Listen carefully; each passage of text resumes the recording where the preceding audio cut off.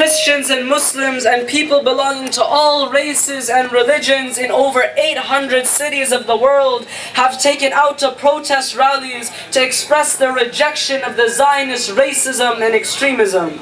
Many Jews around the world continue to condemn the attempt by the Zionists to hijack the beautiful faith of Judaism.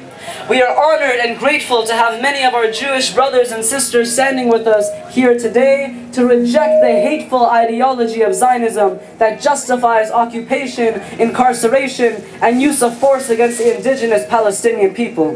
I am honored to welcome one of the leading Jewish activists of Canada who has dedicated his life for defending human rights and exposing the Israeli war crimes. Here today on behalf of the Hamilton Coalition to Stop the War, I'd like to call up Brother Ken Stone to address you. Greetings, brothers and sisters, and Ramadan Mubarak.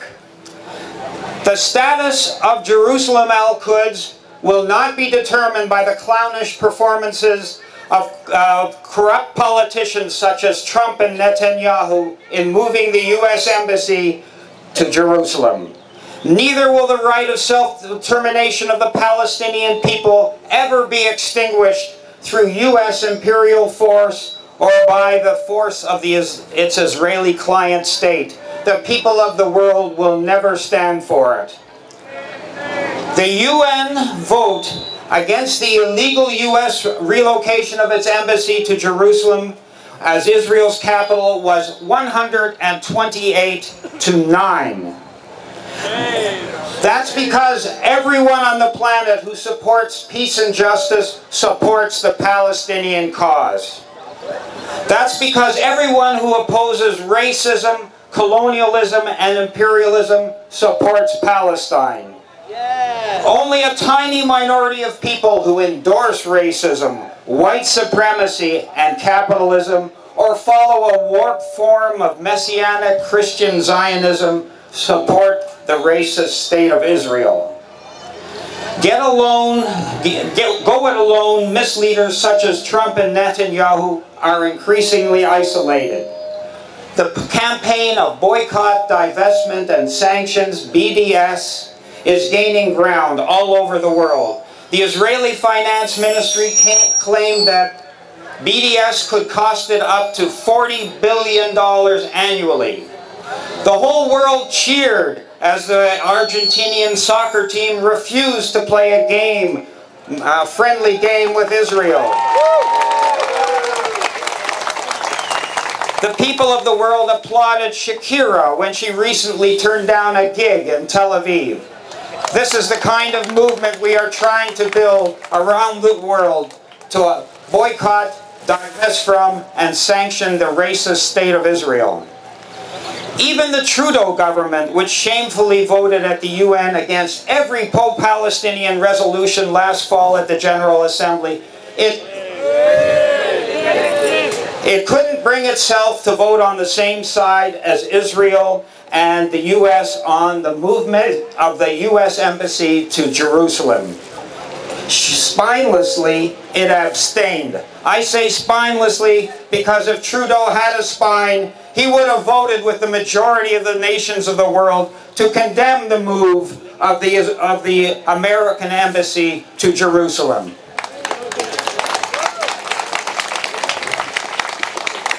He didn't vote with the US and Israel, he abstained. And that's an improvement, believe it or not, for the Trudeau government. But why? And the answer is that Trudeau knew he could not sell a vote like that in Canada, where the BBC has had two official opinion polls showing that 2/3 of Canadians oppose the illegal settlements on the West Bank, and a big majority of Canadians support special status for the Palestinian delegation at the United Nations. And we also have the polls that were done by independent Jewish voices and Canadians for Justice and Peace in the Middle East, which show that the Canadian people as a whole are light years ahead of our politicians on the question of Palestine. So brothers and sisters, if we want our Canadian government to stop acting as an enabler for every kind of war crime committed by the Israeli government, we have to step up our lobbying with all the parties in Canada. Not all these parties rarely say anything or do anything in the support of Palestine, and it's time we put their feet to the fire, as they say, and make them start speaking and doing things in support of the Palestinian cause. At the same time that Trump and Netanyahu are increasingly isolated on the world stage, the balance of forces around in the Middle East is changing in favor of Palestine. That's right. After 17 years of permanent war in a number of nearby countries, the Arab and Muslim people of the Middle East are making important gains. Take Iraq as an example. It was decimated by the Bush and Blair illegal attack in 2003. Yet just recently, it defeated ISIS in Iraq. And not only did it defeat ISIS, but it prevented it blocked the plot by Israel and the US to break away the northern part of Iraq, which is mainly Kurdish, and form it into a separate state. And guess what? In yesterday's Globe and Mail, you may not have seen it, there was a report on what General Vance, the Canadian general in charge of the defense establishment in Canada. And what did he say? He said the Canadian Army would no longer be training Kurdish militants in northern Iraq. They're going to be training now the Iraqi National Army. This is a big victory for Iraq, my friends. And the Iraqi government has also flown across the border to attack ISIS in Syria with the permission of the Syrian government. And a new government has been elected in Iraq, which will make it much tougher for the US to stay there and continue to interfere in Iraqi affairs. In Syria, the Hamilton Coalition to Stop the War congratulates the government of Bashar al-Assad, which has foiled the regime change operation inspired by the US and strongly supported by Israel and other US allies such as Canada. Did you know, brothers and sisters, that recently $4.5 million of your tax money was given by the Trudeau government to the so-called White Helmets of Syria? The White Helmets of Syria are a fraudulent organization. It's really the propaganda arm of the terrorist Al-Qaeda. And it's shameful that the Canadian government is using our money to finance Al-Qaeda.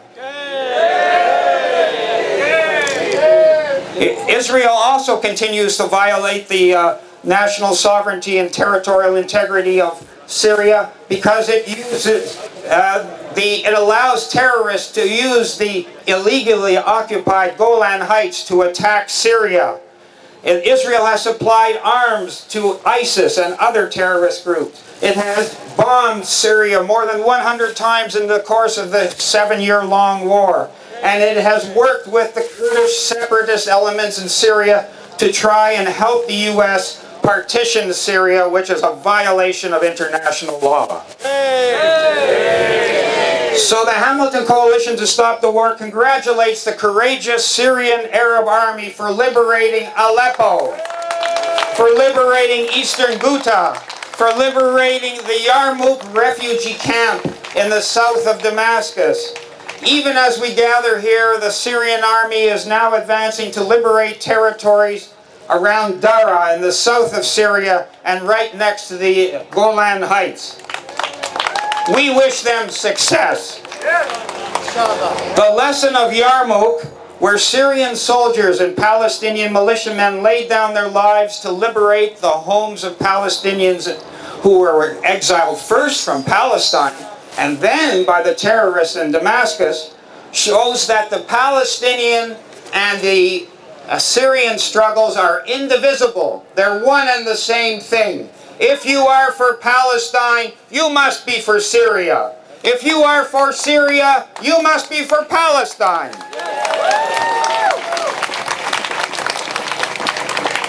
The Hamilton Coalition to Stop the War also congratulate those allies of Syria who helped win the battles against the terrorist proxy armies, those allies of Syria, namely Russia, Iran, Hezbollah of Lebanon, and the various Palestinian and popular militias. The war in Syria is not over yet. Turkey, US, and Israel have occupied large parts of Syria, and that still has to be dealt with.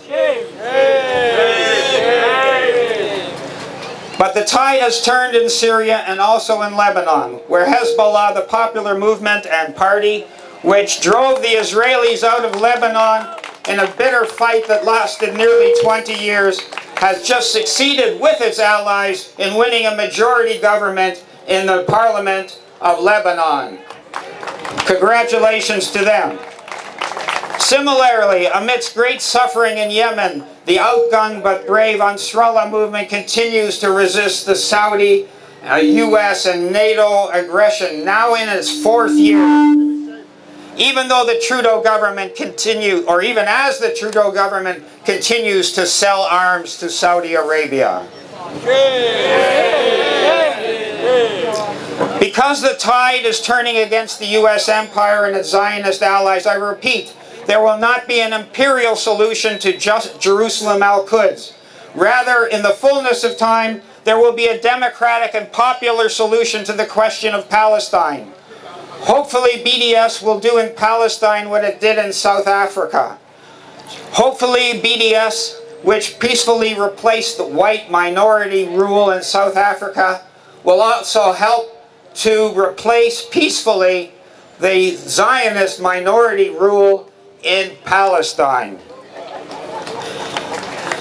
And it will replace it with Palestinian majority rule, because there is no possible solution in Palestine without the right of return of millions of exiled Palestinian refugees.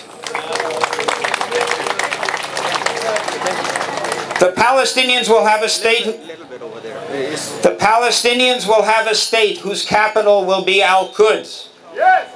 The nature and form of that state is up to the Palestinians to decide, but we know it will respect the freedom of religion of Muslims, Christians, and Jews, and will treat with respect its citizens no matter what their ethnicity.